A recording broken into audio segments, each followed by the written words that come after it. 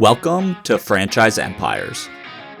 This is interesting because Papa John's such a big brand. I haven't had many. I had McDonald's franchise owners on a few weeks ago on the show, but haven't had too many like franchisees of like the publicly traded companies. So, I guess how much like freedom did you have in the sense of like corporate was struggling? You thought you could go in there, like you said, you need the lay of the land.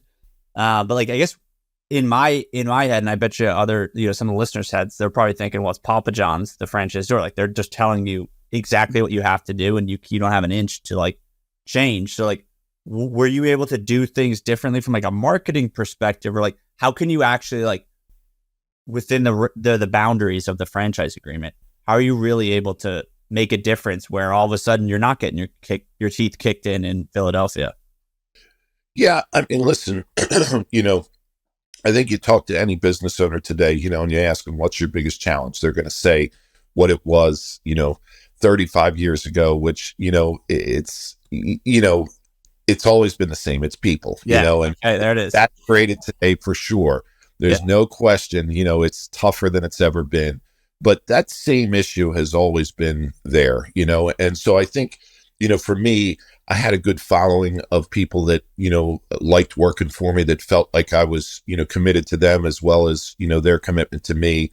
I mean, when I opened my first Papa John's, when I left Domino's, I took 6 managers with me, which, wasn't the greatest thing for Domino's, but, I had a lot of loyalty. So when I, went back to do Philadelphia, I think some of the people were still there working for corporate. I mean, to your point, you're really locked into, the marketing, there's only so many things you can do, but operationally, I think is where you can excel, and better people, better operations. In the pizza delivery business, it's all about speed, efficiency, things like that. So, certainly, cost control, all the things that I think we really got good at with our experience. And when you're working for a bigger company, I think people just lose some interest in that. I think that was a big part of it. Amazing. Okay. And that group, that kind of initiative, how big did it get? So we were up to 53 units. We were doing, at that time, I think about 45 million, in revenue a year. So we built a nice business. The margins continue to get tighter and tighter over the years, but, the early days, these things were really cash cows. I mean, we were putting the key in the door. The brand, the recognition really wasn't there when we first opened our first store. But, again, we had 6 guys that knew the pizza delivery business like the back of their hand. I really felt at that time, I think there was a huge delta between the Domino's pizza, and Papa John's pizza, was significantly different. They certainly closed that gap. But I knew from guys that had left Domino's, the train was coming, and, the pizza was, for a chain pizza, it was just really good. And, so we just went busters, man. People just, that was before social media, of course, but people's word of mouth was just, people loved it. Yeah. Yeah.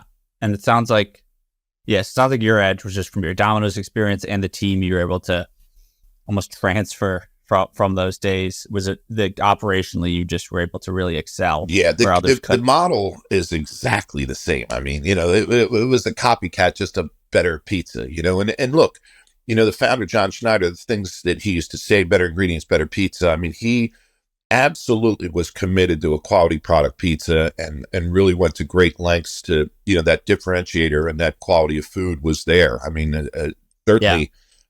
Again, I think Domino's did a nice job in, making their product a better pizza, but back in those days, it was significant.